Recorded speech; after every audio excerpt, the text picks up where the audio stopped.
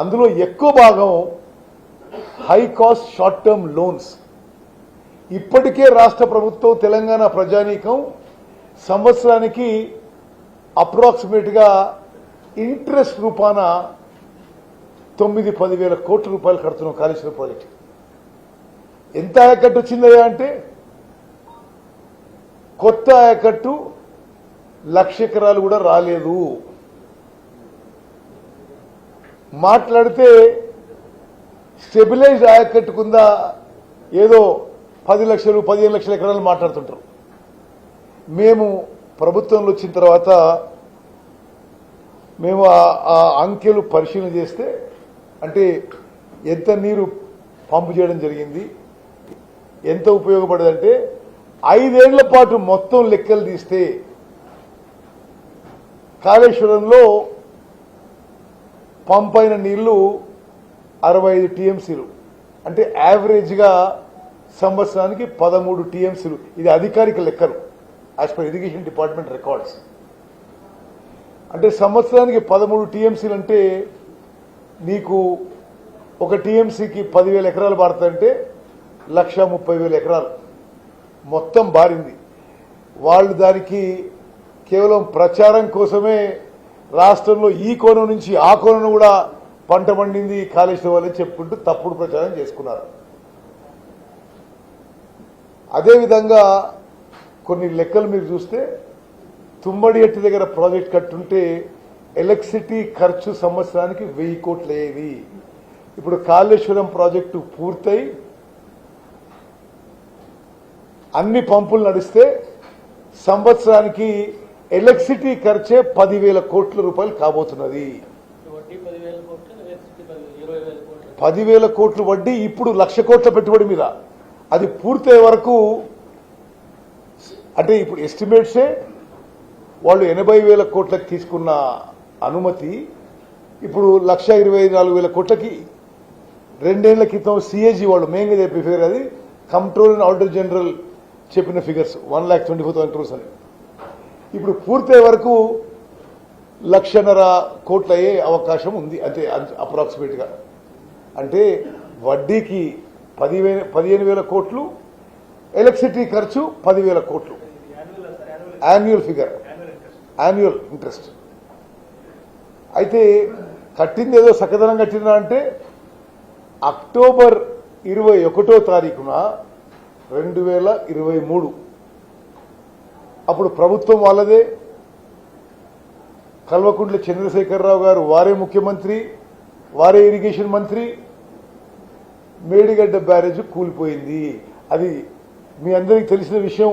దాన్ని ఎవరైనా సరే వాళ్ళు ఏ ప్రచారం ఈరోజు చేసుకున్నా వాళ్ల హయాంలోనే వాళ్ళు కట్టిన ప్రాజెక్టు కూలిపోయిన విషయం కూడా ఇది నిస్సందేహం. ఆ పియర్స్ ఫౌండేషను 6 అడుగులు లోపలికి పోయింది. వాళ్ళు మొదట ఏం చేసిండ్రు,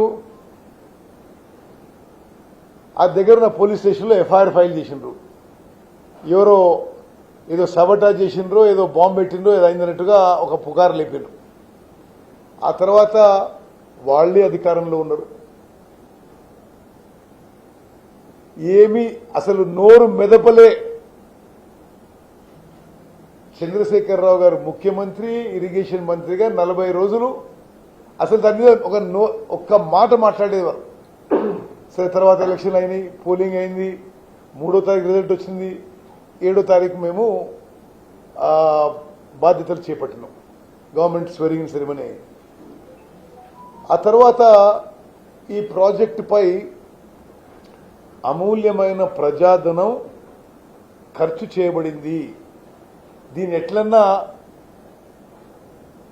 ఈ ప్రాజెక్టుని సాల్వేజ్ చేయాలనే ఉద్దేశంతో రకరకాల సెల్ఫ్ స్టైల్డ్ ఎక్స్పర్ట్స్ వాళ్లే ఎక్స్పర్ట్స్గా భావించి ఇట్లా నీళ్లు పెడితే బాగుంటుంది, ఈ నుంచి పంపింగ్ చేస్తే బాగుంటుంది అని రోజు ఉచిత సలహాలు ఇచ్చిండ్రు.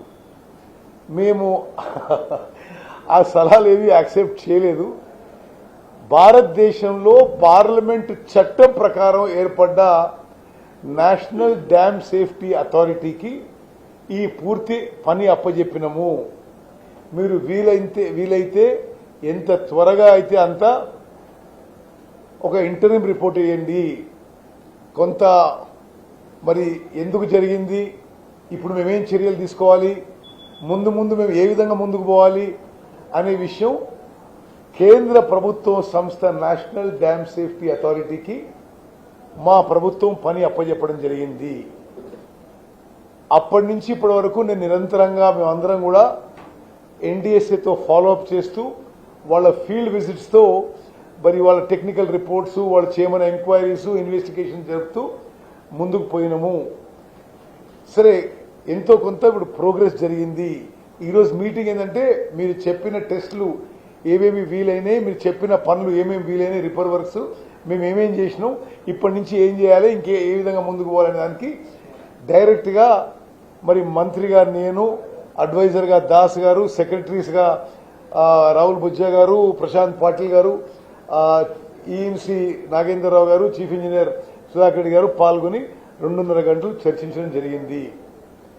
మరి ఒకటేమో కొన్ని టెస్టుల రిపోర్ట్లు వాళ్లే జాతీయ సంస్థల పేర్లు ఇచ్చారు, ఎక్కడ టెస్టులు చేయాలని. సరే, శాంపుల్స్ ఇవ్వడం జరిగింది, అన్ని విధాలుగా ముందుకు పోయినాం. అది ఆ టెస్ట్ రిపోర్ట్స్ ఇంకా వచ్చేది ఉంది. అదేవిధంగా ఇప్పుడు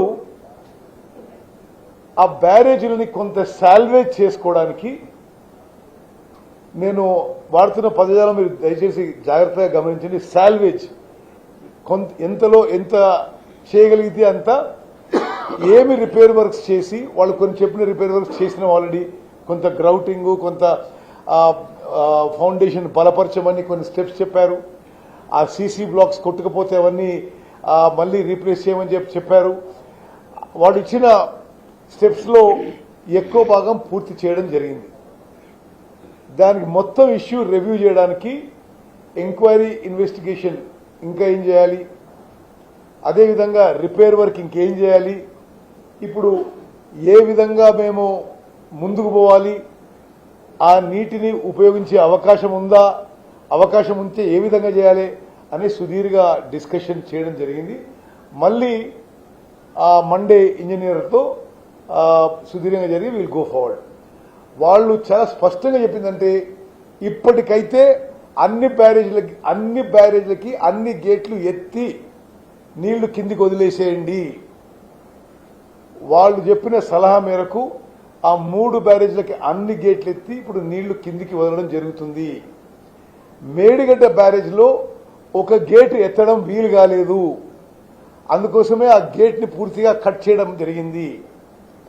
అదేవిధంగా ఎక్కడైతే క్రాక్స్ వచ్చాయో, ఎక్కడైతే డ్యామేజ్ జరిగిందో వాళ్ళు చెప్పిన విధంగా మేము రిపేర్ మెజర్స్ తీసుకోవడం జరిగింది. మేము తప్పనిసరిగా ముందుకు పోతాం. ఎన్డీఎస్ఏ అడ్వైస్ ప్రకారం మరి ఆ విషయాన్ని కేబినెట్లో కూడా చర్చించి, ఈరోజు జరిగిన విషయం కూడా కేబినెట్లో ఉంచి మేము ముందుకు పోతామని చెప్పి మనం చేస్తున్నాను.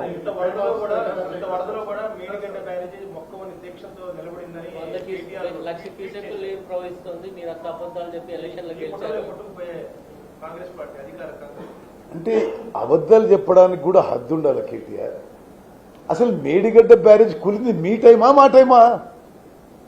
అసలు అది మొత్తం కూలిపోయి పర్రెలు వచ్చి క్రాక్ అయిపోయి ఆ గేట్లు ఇరిగిపోయి అదంతా జరిగింది మీ టైంలో.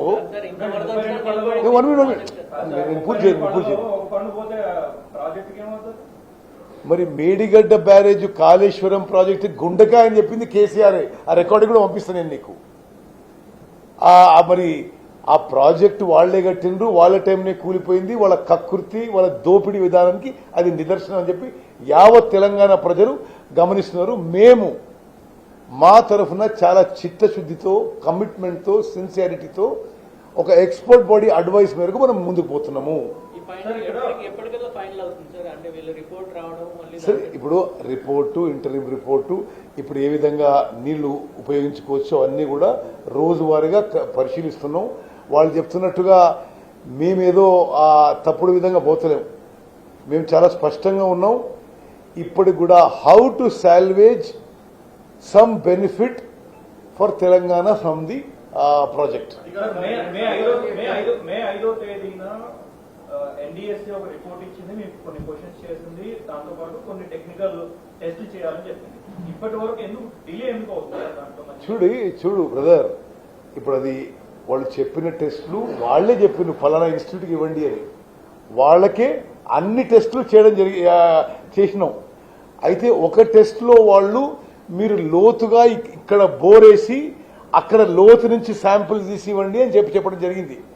అయితే అక్కడ ఆ ప్రాంతంలో బోరేస్తే ఇసుక నీళ్లు బయటికి ఒక చాలా వేగంతో బయటకు వస్తుంటే అది ఆ టెస్ట్ వీలు కాలేదు. ఇప్పుడు ఏం చేయాలని చెప్పి మళ్ళీ వాళ్ళు అడగడం జరిగింది.